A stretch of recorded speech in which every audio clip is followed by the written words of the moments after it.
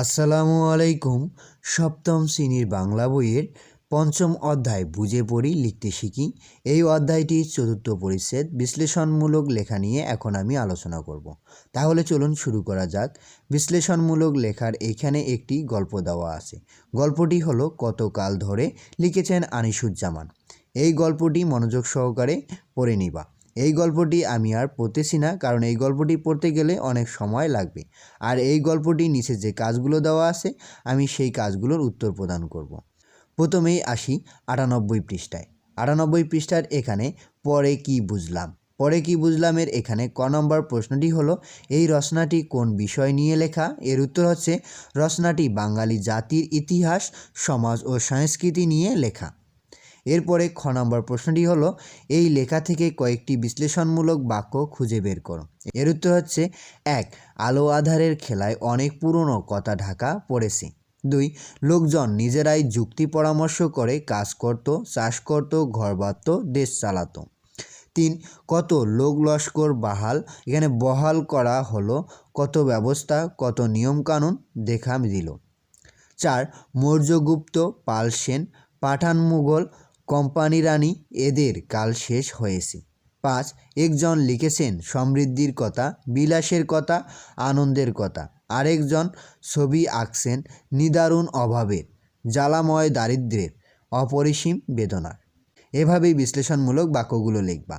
এরপরে গ নম্বরে এখানে বলা হয়েছে বিবরণমূলক লেখার সাথে এই লেখাটির কি কি মিল অমিল আছে। এর উত্তর হচ্ছে, বিবরণমূলক লেখার সঙ্গে এই লেখার মিল ও অমিল দুইই আছে। বিবরণমূলক লেখায় যেমন বর্ণনা থাকে, এখানেও সেই বর্ণনা আছে।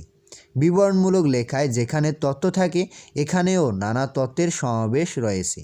তবে অমিল হলো এই জায়গায় যে বিবরণমূলক লেখায় বিশ্লেষণ থাকে না, আর এই লেখাটা হচ্ছে বিশ্লেষণধর্মী। এখানে দাড়িগুলো হবে না, এইখানে এই দাড়িটি হবে না। বিবরণে যেসব তথ্য আছে তার বিশ্লেষণ।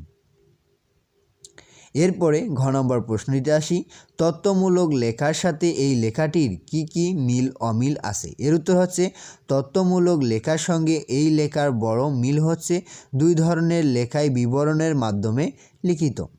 আবার তত্ত্বমূলক লেখায় যেখানে তথ্যই প্রধান, এখানে যেখানে হবে এ লেখায়ও নানা রকম তথ্য দেওয়া আছে। তবে অমিল এই জায়গায় যে তথ্যমূলক লেখায় এখানে যেখানে হবে তথ্যই দেওয়া থাকে, এই লেখায় তথ্যের পাশাপাশি তথ্যের বিশ্লেষণও রয়েছে। এরপরে ও নম্বর প্রশ্নটিতে আসি, এই লেখার ওপর তোমার মতামত দাও। এর উত্তর হচ্ছে, এই লেখাটি একটি বিশ্লেষণমূলক লেখা।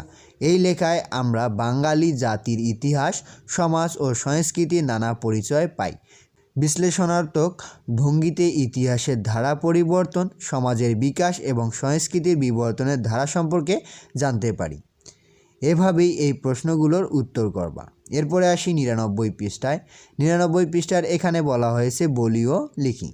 কতকাল ধরে রচনায় লেখক যা বলেছেন তা নিজের ভাষায় বলো এবং নিজের ভাষায় লেখো। এর উত্তর হচ্ছে, ইতিহাস বলতে শুধু রাজা বাদশাদের কথা বোঝায় না, সব মানুষের কথা বোঝায়।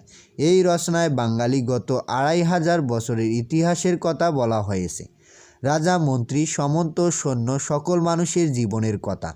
কিভাবে এদেশের মানুষ দেশ চালাতো, কাজ করত, ঘর বাঁধত, কাপড় পরত, খাওয়া দাওয়া করত, এই সকল কথা। এরপরে লেখকের বর্ণনা মতে ১০০০ বছর আগে এদেশের পুরুষরা ধুতি পরত, মেয়েরা শাড়ি পরত, শুধু যোদ্ধারা জুতো ব্যবহার করত। সাধারণ লোকের তা সামর্থ্যের বাইরে ছিল, তবে তারা পায়ে খড়ম পরত। এছাড়া সাজসজ্জার দিকে ঝোঁক ছিল বাঙালির। নারী ও পুরুষরা নানা বাহারের চুল রাখত, মেয়েরা নানা রকম প্রসাধনী ব্যবহার করত। নারীদের পাশাপাশি পুরুষদেরও অলঙ্কার ব্যবহারের চল ছিল, তবে ধনী গরিবের অলঙ্কারের পার্থক্য ছিল। ভাত ছিল বাঙালির প্রিয় খাবার, নানা রকম তরিতরকারি দিয়ে প্রতিদিন অন্ন ভোজন করত। ভাতের মাছ ছিল প্রিয় খাবার, শুটকির চলও সেকালে ছিল।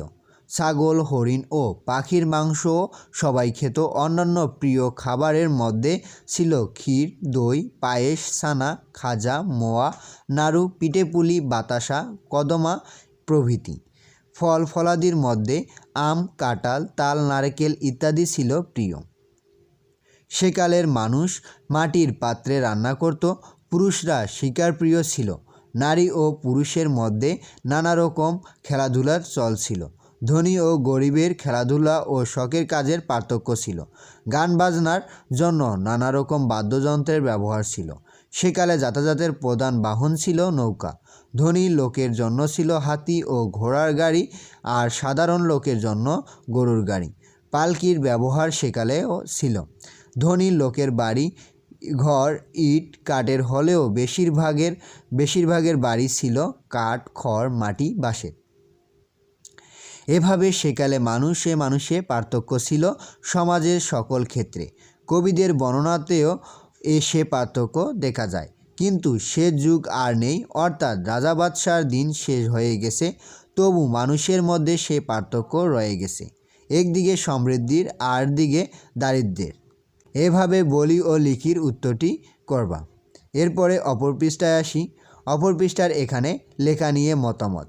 লেখা নিয়ে মতামতের এখানে কত কাল ধরে রচনাটির যেসব বক্তব্য নিয়ে তোমার মতামত রয়েছে বা মনে প্রশ্ন জেগে সে এখানে তা নিচের ছকে লেখো।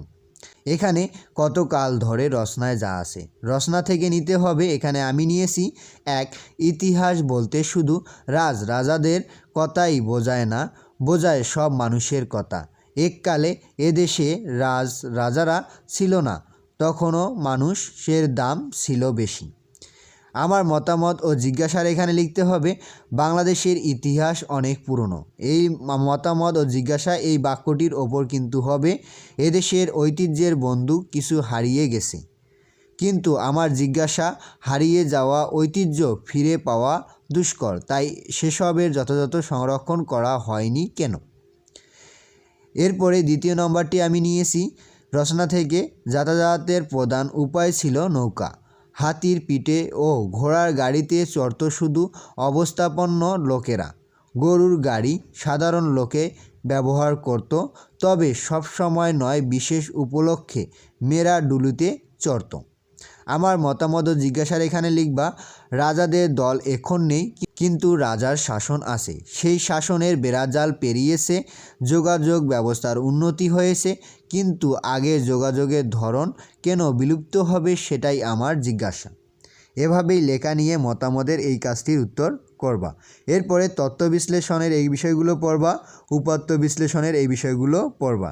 উপাত্ত বিশ্লেষণের এইখানে একটি ছক দেওয়া আছে। ছকটিতে ভারতের প্রদেশ, আশ্রয়কেন্দ্রের সংজ্ঞা, শরণার্থীর সংজ্ঞাগুলো দেওয়া আছে। এগুলো বিষয়ে মনোযোগ সহকারে পড়তে হবে, কারণ এই তত্ত্বগুলোর ওপর ভিত্তি করে অপর পৃষ্ঠায় বাক্য রচনা করতে হবে। আমি সরাসরি অপর পৃষ্ঠায় চলে যাচ্ছি। এখানে বলা হয়েছে, এভাবে এই ছকের উপাত্ত বিশ্লেষণ করে আরও কয়েকটি বাক্য রচনা করো। এখানে 2টি বাক্য কিন্তু করে দেওয়া হয়েছে, আরও বাক্য তৈরি করতে বলা হয়েছে। আমি প্রথম নম্বর বাক্যটি এখানে দিয়েছি। ছকে বাংলাদেশের মুক্তিযুদ্ধ চলাকালে ভারতের 7টি ভিন্ন ভিন্ন প্রদেশে কতগুলো শরণার্থী আশ্রয়কেন্দ্র ছিল এবং কেন্দ্রগুলোতে শরণার্থীর সংখ্যা কত ছিল তা উল্লেখ করা হয়েছে। 2 নম্বর বাক্য দিয়েছিলাম, সবচেয়ে বেশি শরণার্থী ছিল পশ্চিমবঙ্গে। 3 নম্বর বাক্য দিয়েছি, সবচেয়ে বেশি আশ্রয়কেন্দ্র ছিল পশ্চিমবঙ্গে এবং সংখ্যাটি হলো 492। 4, সবচেয়ে কম আশ্রয়কেন্দ্র ছিল উত্তরপ্রদেশে এবং সংখ্যাটি হলো 1টি। এরপরে 5, সবচেয়ে কম শরণার্থী ছিল উত্তরপ্রদেশে। এরপরে 6, আসাম আশ্রয়কেন্দ্রের সংখ্যা বিহারের 3 গুণেরও বেশি ছিল। 7, আসামে আশ্রয়কেন্দ্রের সংখ্যা বিহারের 3 গুণেরও বেশি ছিল। এরপরে 8, আশ্রয়কেন্দ্রের সংখ্যা বিবেচনায় সবচেয়ে কম শরণার্থী ছিল বিহার প্রদেশে। এরপরে 9 নম্বর বাক্য দিয়েছি, ত্রিপুরা রাজ্য আশ্রয়কেন্দ্রের সংখ্যা পশ্চিমবঙ্গের অর্ধেকের বেশি হলেও শরণার্থীর সংখ্যা ছিল প্রায় 5/1 ভাগ। 10 নম্বর বাক্যটি দিয়েছি, বাংলাদেশের মুক্তিযুদ্ধের সময় বিভিন্ন প্রদেশে শরণার্থী আশ্রয়কেন্দ্র স্থাপন করে ভারত বন্ধুপ্রতিম প্রতিবেশী দেশ হিসাবে উদাহরণ স্থাপন করেছে। এরপরে উপরের লেখা বিশ্লেষণমূলক বাক্যগুলোর ভিত্তিতে একটি অনুচ্ছেদ তৈরি করো। লেখার শুরুতে একটি শিরোনাম দাও। এই বাক্যগুলোর ওপর ভিত্তি করে একটি অনুচ্ছেদ লিখতে বলা হয়েছে আর অনুচ্ছেদটির শুরুতে একটি শিরোনাম দিতে বলা হয়েছে। আমি এখানে শিরোনাম দিয়েছি শরণার্থী সংকট। আর অনুচ্ছেদটি এভাবে লিখেছি, বাংলাদেশ মুক্তিযুদ্ধে ভারত ছিল অকৃত্রিম বন্ধু রাষ্ট্র। মুক্তিযুদ্ধকালে ভারত সরকার বাংলাদেশের বিভিন্ন সীমান্তে শরণার্থী আশ্রয়কেন্দ্র নির্মাণ করে দেয়। ভারতের 60টি প্রদেশে সর্বমোট 825টি শরণার্থী আশ্রয়কেন্দ্র নির্মিত হয়। পশ্চিমবঙ্গ, ত্রিপুরা, আসাম, মেঘালয় ও মধ্যপ্রদেশে প্রধান প্রধান আশ্রয়কেন্দ্র গড়ে উঠেছিল। এর বাকি অংশ অপর পৃষ্ঠায়। ভারতের বিভিন্ন শরণার্থী আশ্রয়কেন্দ্রগুলোতে প্রায় 1 কোটি মানুষ আশ্রয় নিয়েছিল। পশ্চিমবঙ্গে সবচেয়ে বেশি সংখ্যক শরণার্থী আশ্রয়কেন্দ্র ছিল। পশ্চিমবঙ্গে পর বেশি সংখ্যক শরণার্থী আশ্রয়কেন্দ্র ছিল ত্রিপুরায়। অন্যদিকে মধ্যপ্রদেশে 3টি শরণার্থী আশ্রয়কেন্দ্র ছিল। উত্তরপ্রদেশে সবচেয়ে কম সংখ্যক শরণার্থী আশ্রয়কেন্দ্র ছিল। মধ্যপ্রদেশের আশ্রয়কেন্দ্রের তুলনায় শরণার্থীর সংখ্যা অধিক ছিল। এভাবেই অনুচ্ছেদটি তৈরি করবা। তাহলে এই ছিল কতকাল ধরে এর সম্পূর্ণ উত্তর। ধন্যবাদ সবাইকে এতক্ষণ সঙ্গে থাকার জন্য। ভিডিওটি ভালো লাগলে লাইক এবং সাবস্ক্রাইব করবেন।